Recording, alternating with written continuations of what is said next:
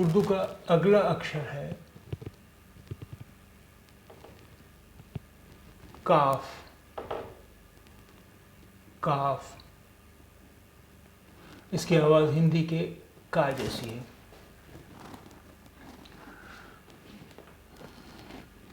इसे जब हम अलिफ के साथ मिलाते हैं तो इसकी शक्ल हो जाती है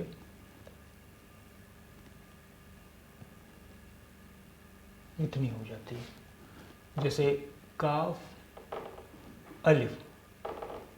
तो ये हो गया काफ हो गया, और फिर ये अलिफ हो गया का। का। तो अब आप ये शब्द पढ़ सकते हैं, का और माँ काम।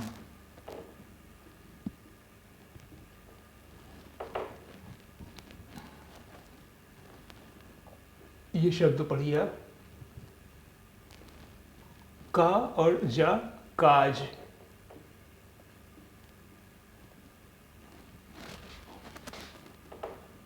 ये शब्द पढ़िए आप, का और का का।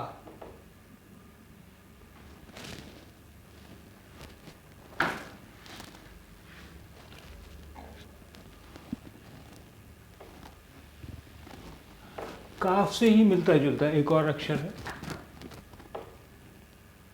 ये कहलाता है गाफ। ये तो हुआ काफ, और इस पर एक और डंडी। अब ये इस अक्षर का नाम है गाफ। गाफ, इसकी आवाज़ बिल्कुल हिंदी के गा जैसी है। तो जिस तरह काफ के साथ अलिफ को मिलाने से ये गोलाई और जैसी शक्ल बनती है, गाफ के साथ जब अलिफ को मिलाएंगे तो ये तो था काफ, और ये हो गया गाफ। अब ये हो गया अलिफ, ये हो गया गा। गाफ और अलिफ गा। अब आप ये शब्द पढ़िए, गा और ना, गाना।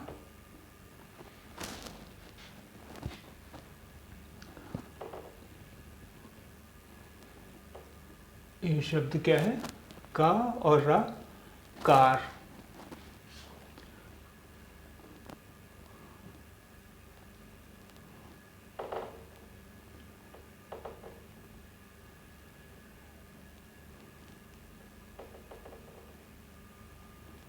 गा, ये अक्षर पढ़िए। अब आप ये शब्द पढ़िए आप,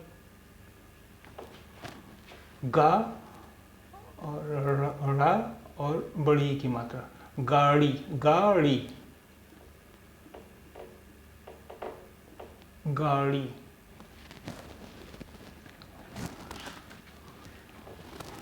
गाफ के बाद उर्दू का अगला अक्षर है लाम। लाम, इस अक्षर की आवाज़ हिंदी के ला जैसी है। अल्लाह। इसे जब अलिफ के साथ मिलाया जाता है तो इसके ये इतना भाग, इतना हिस्सा गायब हो जाता है, सिर्फ इतना हिस्सा बचता है। जैसे ये हुआ ला, और फिर ये अलिफ हो गया ला। तो अब आप ये शब्द पढ़िए,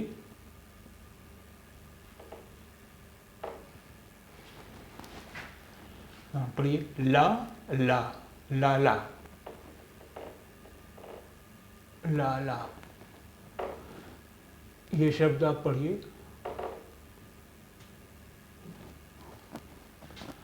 ता ला।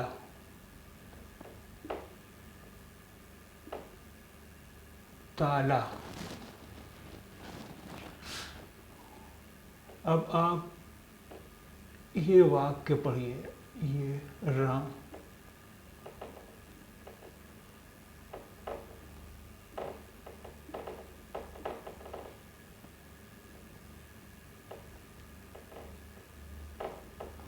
अब ये पूरा वाक्य है, पूरा एक सेंटेंस है। आप इसे पढ़िए। राम आया आम लाया। राम आया आम लाया। राम आया आम लाया। अब जैसे हिंदी में लिखते हैं राम आया आम लाया, ये तो हो गया पूर्ण विराम, ये उर्दू का पूर्ण विराम। अब अगर इसमें हम कॉमा लगाते हैं, राम आया के बाद कॉमा लगाते हैं, तो उर्दू में कॉमा लगेगा, ये नीचे के बजाय ऊपर लगेगा और उल्टा लगेगा। ये कॉमा है, ये कॉमा है, यहाँ ये कॉमा है, उर्दू में ये कॉमा है। राम आया आम लाया।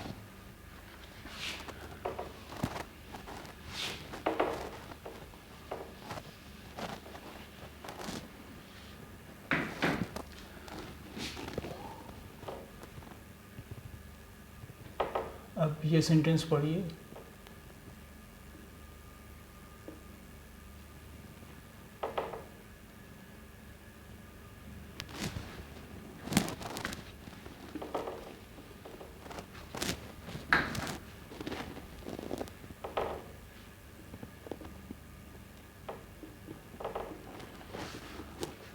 लाला आया,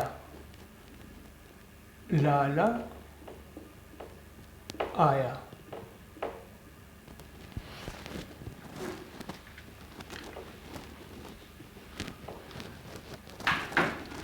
अगला अक्षर है उर्दू का मीम। इसके बारे में आप पहले जान चुके हैं, इसकी आवाज़ माँ की है। मीम को जब अलिफ के साथ मिलाया जाएगा तो इसके सिर्फ इतना भाग बचेगा।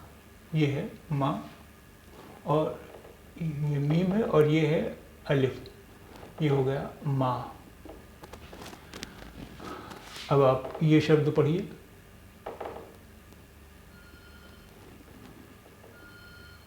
ये क्या है? मामा। ये शब्द पढ़िए आप। माला, माला।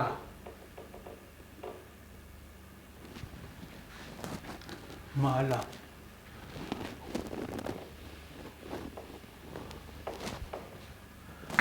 उर्दू का अगला अक्षर है नून। इसके बारे में आप पहले जान चुके हैं। इसकी आवाज़ हिंदी के ना जैसी है। इसे अलिफ के साथ मिलाना भी आप सीख चुके हैं। ना, तो ये हुआ ना, ना, नाना, आना, जाना। नून के बाद अगला अक्षर है उर्दू का वाव। वाव। इसकी आवाज़ हिंदी की वाव जैसी है। वाव के बाद जब कोई भी अक्षर आता है तो वो उससे मिलाया नहीं जाता है, इसलिए वाव के बाद अगर अलिफ है तो ये हुआ वाह, अलग ही लिखा जाएगा, क्योंकि वाव के बाद कोई भी अक्षर उससे मिलाया नहीं जाता है, इसलिए अलिफ मिलाया नहीं गया है, तो ये वाह। और अब आप इसे पढ़िए। वाह और हा, वाह, वाह, वाह, वाह, वाह, वाह।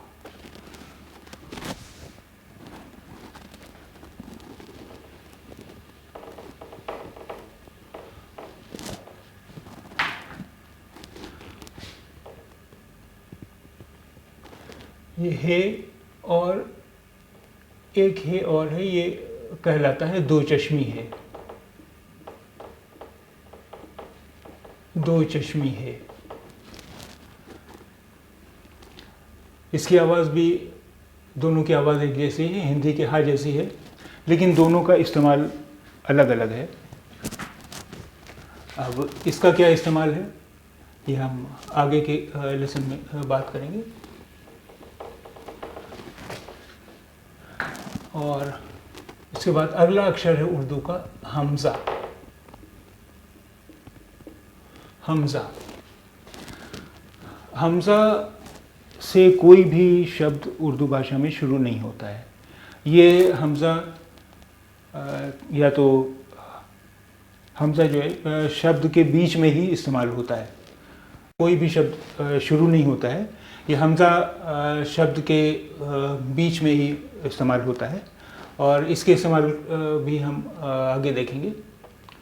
और इसके बाद जो अक्षर हैं उर्दू के, छोटी ये और बड़ी ये, इनके बारे में हम पहले ही बात कर चुके हैं। तो इस तरह उर्दू भाषा के सारे अक्षर यहाँ पर पूरे हो गए।